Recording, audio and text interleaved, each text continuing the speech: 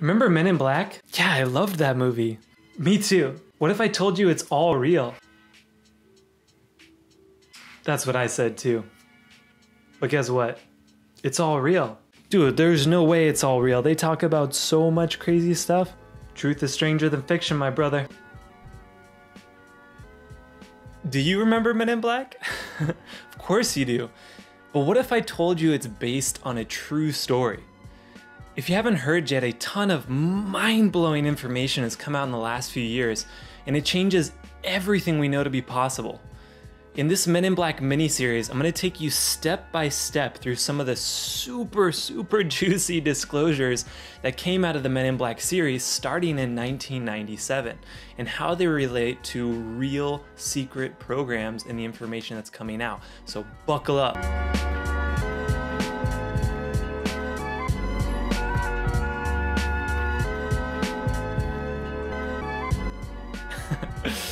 Hey universe, this is Joseph from the Cosmic Embassy, and I'm truly so excited to bring you this mini-series on the Men in Black movies, and that for many of us were very memorable. When it first came out, I was but a wee lad in 1997, but it immediately became one of my favorites, and I'm sure it's the same for many of you, as nothing has really came even close to showing extraterrestrials and human interactions in such kind of an intimate and funny way. Knowing what I know now, I realize Men in Black could possibly be one of the most revealing movies to have ever come out. So in this series, I'm gonna cover all three movies and how it relates to real information that's come out from credible insiders and documents over the last few years.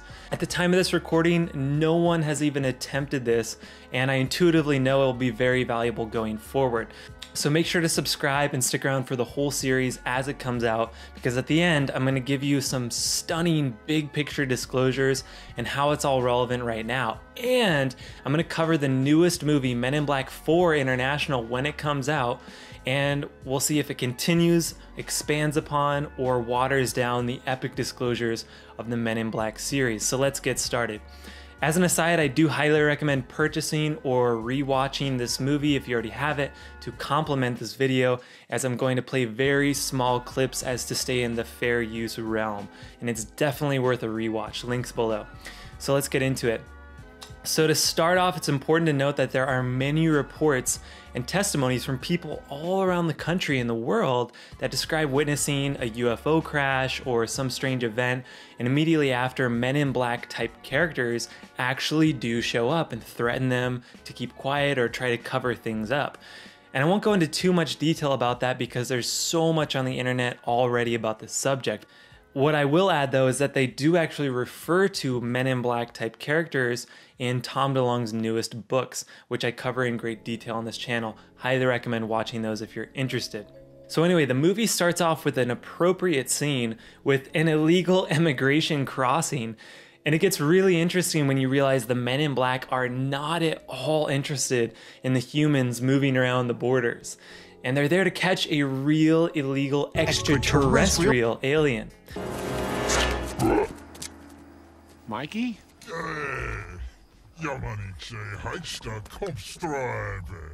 And it gives you a whole new perspective on the concept of alien, right? And frankly, I find it hilarious and especially relevant given the recent events and tensions surrounding the concept of immigration. And I think it lends a valuable reminder and perspective, which is we need to understand that as we advance, borders on Earth are naturally dissolving. And humanity becomes more and more of like a family as we realize we're one organism out in this vast cosmic sea. Furthermore, if one has an advanced craft that can go thousands of miles an hour this way and then 1,000 miles an hour this way, or even greater, maybe light speed, then borders, at least in their current form, do start to seem quite arbitrary. But at the same time, we must hold sacred and sovereign the individual and the collective they choose, meaning maybe a country. And that's the fine line we'll all walk going forward, and this will be on many people's minds, I would say, in the near future. You know, can we walk that middle path? Sovereignty for the individual, while also realizing the connection to the all. Mikey, when they let you out of jail? Political refugee, right. You know how many treaties you just violated? One. Try 7. That's enough, Mikey. You hand me that head.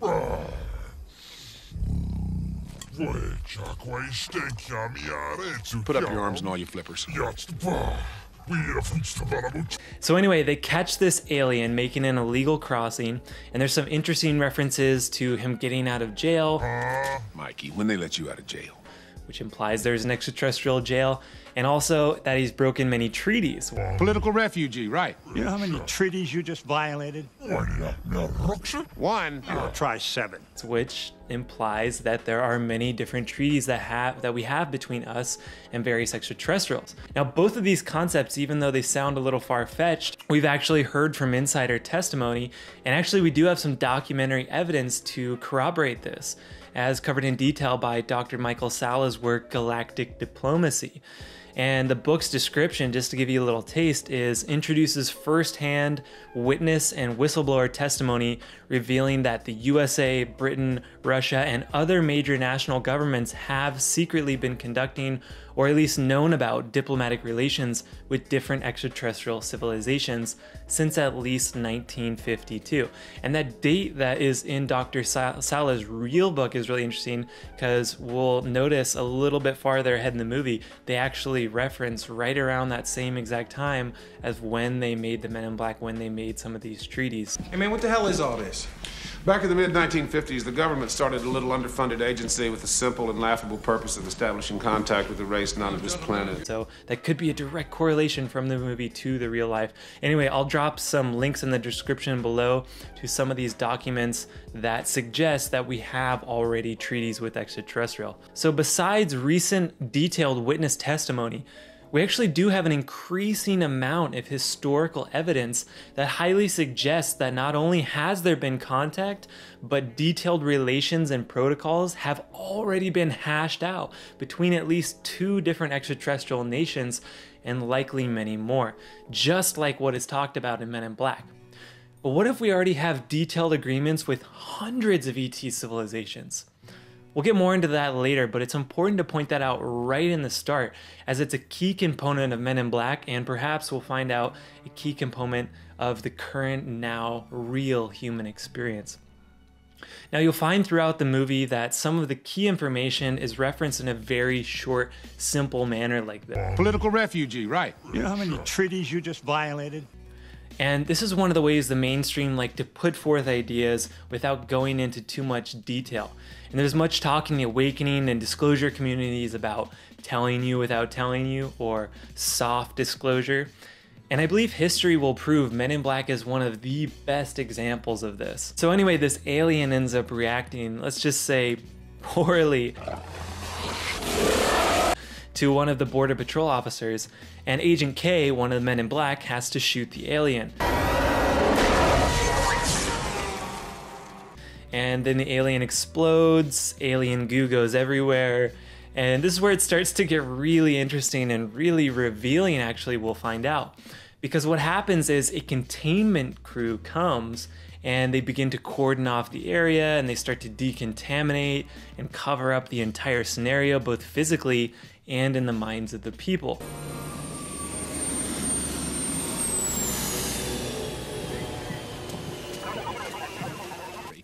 Oh, that's good, fellas. Give me a splay burn around the perimeter with holes at 40, 60, and 80 meters from right here. Thank you.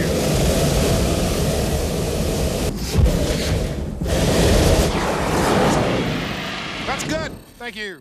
And this is really key to understand, because these exact teams actually exist now, as revealed by Emery Smith and others. Have you been on crash retrieval programs? Yes, I was part of a 3-man team that would be going there to evaluate the site, kind of like forensics, like when there's a death and they wall it all off. So the military gets there first, they wall off everything, secure the area.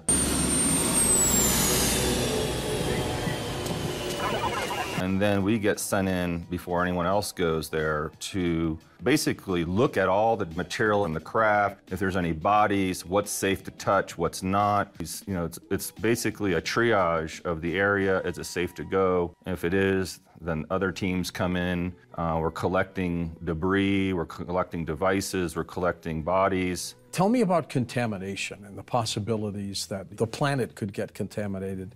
The craft are immediately put in these giant bubble-like tents. And what happens is, if there is any sort of really bad contamination where how would you know? It could spread. Well, we have these devices that scan the area with frequencies. Remember I told you about this? Right. That has a database of bacteria and viruses and things like this that we have to protect the planet regardless. And there has been times where they will sterilize an area and they will completely vaporize just because there might have been, a chemical or a biological agent. That's when they use special energy weapons and other things to vaporize that entire area without causing damage to the surrounding, minimal damage to the environment. So we have actively right now people whose job it is to show up to ET contamination sites or ET crash sites and seal it off. Gather what they can, either technologically or beings themselves, and then clean it up and cover it up. So what if this is real? What if there already are teams that are essentially on call for this kind of an incident, such as an ET craft being shot down? We'll get deeper into that in future parts of this miniseries, but given the disclosures we've been hearing, it's definitely something to consider. If there is an extraterrestrial presence, we would need teams like this that would make sure that decontamination at least doesn't spread, and also recovering maybe valuable technology or the beings themselves. The last important part of this intro scene is the introduction to the neuralizer, the device that they use to wipe someone's mind of an ET encounter. This is called a neuralizer. It's a gift from some friends from out of town. This red eye here will isolate the electronic impulses in your brains, and more specifically the ones for memory. Agent K blank slates or mind wipes the Border Patrol officers who are on the scene. I am just a figment of your imagination.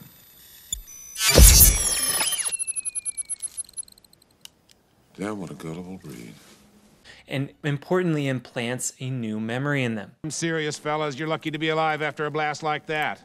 What blast? The underground gas main, genius. You fellas need to exercise a lot more caution before discharging your firearms, I'll tell you that right now. Especially you. Interestingly, he does this to his partner as well. No, D. You won't. Even though we haven't heard of this exact technology yet, the neuralizer from Real Insiders, we've heard of very similar things. From William Tompkins, Corey Gitt, and others, we've heard that in the past they used a chemical regression or mind wipe technology. Their minds, not painfully, but their minds are played with to where 90.99 of their memory for the last 20 years out in space is removed. Where they would inject some chemicals in you and they'd be able to implant new memories or change new memories. And this is alluded to in the movie Total Recall as well. Your mind. It is the center of your life. It is everything you hear, everything you see, everything you feel. It is everything you are. How would you know if someone stole your mind? What we've heard is, as the technology advanced in more recent time, they're now using light and sound technology to accomplish the same thing. Light and sound, that sounds a lot like a neuralizer. Anyway, so we do have insider testimony that basically a neuralizer does exist. Is there any scientific basis for a concept of something like the neuralizer? And we'll get more into this, but the basic answer is yes. If you're able to affect someone's mind, kind of similar to how epilepsy affects someone's mind with light tripping the neural pathway to your brain, Technically, you could actually erase a memory or even implant a new memory by manipulating the light going into the eye. It would take some sophisticated technology, but... This is called a neuralizer. It's a gift from some friends from out of town. Got this from our friends from out of town. Or extraterrestrial aliens. Could extraterrestrials have the technology to fiddle with someone's brain with light? I would say definitely yes. If they have the technology to travel here from galaxies away, I think they could probably do that. Anyway, I would say that if any of this is true, then a device like this would actually be an essential component of keeping all this secret. Also, by neuralizing his partner, Kay demonstrates that even the well-trained people on the inside are blank slated when they have outlived their usefulness or when they just need to go back into the real world. In the movie, they say that when you're an agent, you can have no outside contact with the world. And as we've heard from real insiders, this is exactly the case with these super secret programs. We'll get more into that in part 2 of this Men in Black miniseries. Wow, this is some really mind-blowing stuff. And if you would have told me when I was a kid that most of Men in Black was real, I don't even know what I would have done. I would have been excited, but also perhaps a bit terrified. And in that sense, I have to say these soft disclosure films and efforts like Stargate, Star Trek, Men in Black, Star Wars, you could even say, I think they're actually doing a really good job in preparing the collective mind for the eventuality of extraterrestrial life and exopolitics. And I know I'm definitely way more prepared having watched and considered all these things over the years. And I think our collective is right about there, and that's why all this is happening now.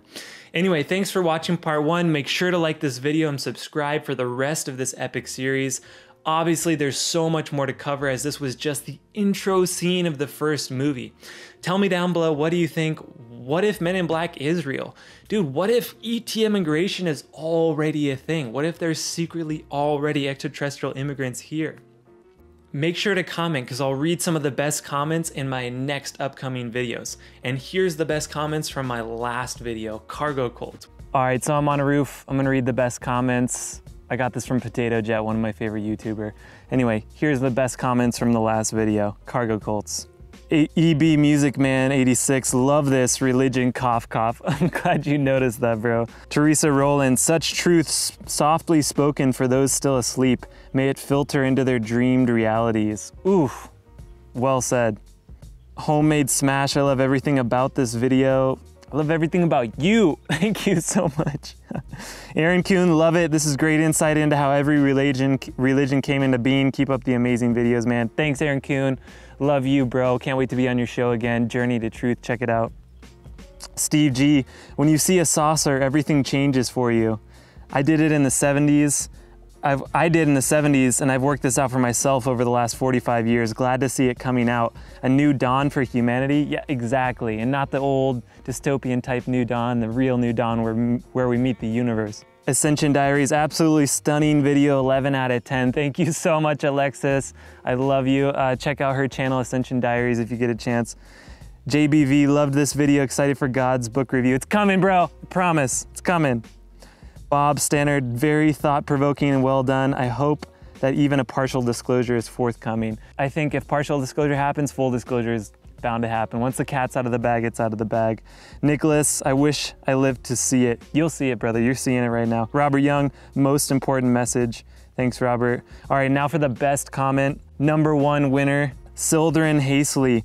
What a transcendent video. I absolutely love the amount of heart and thought you put into all your videos, and your editing skills are top notch. I don't know about that, but thank you. I'll respond in more depth soon. ET integration is one of my all-time favorite topics. And then he responded in detail. And I thought this one was really important, so I'm gonna go ahead and read it to you. I had never heard of cargo cults until this video.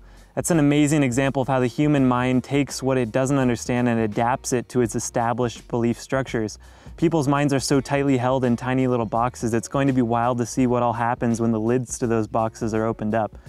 I mean, just imagine how many different avenues of exploration in every single field of interest open up when we start connecting with the immense number of different beings and species that are out in the cosmos. How quickly we'll grow as a species when we open up to the vastness of the universe, and most importantly, open up to our potential as individuals who are reflections of the universe. It's incalculable. The spirit of co-creation is being reborn, and it's hatching out of us. People really can't imagine what's in store for the Earth. Well, actually, we're the only ones who can imagine / create it. Totally agree so far. Stephen Greer is finally working on his CE5 documentary. That's exciting. And it's, for anybody who doesn't know, CE5 is Close Encounters of the Fifth Kind, which is human-initiated contact. And I think it's really important. I don't agree with Stephen Greer on everything, but I think CE5 is really, really important, which is human-initiated contact, especially from that standpoint of love and sovereignty. Anyway, the comment goes on. So Stephen Greer is finally working on his CE5 documentary. That's exciting. Even if he is naive enough to believe that humans are the only negatively polarized species in the universe, his overall message and teachings are greatly beneficial. I completely agree. ET contact is not hard to achieve. Put a committed effort toward opening yourself to various modes of communication, invite some loving and aware beings, then sit back and listen and receive. Everyone just overthinks it. Just loosely follow the CE5 protocols and set aside all expectations as to what you believe contact should be like, and let whatever happen happens. They really are eager to communicate with us, but the good ones are not going to communicate with us in ways that promote our many unhealthy habits, only in ways that promote our personal development / growth.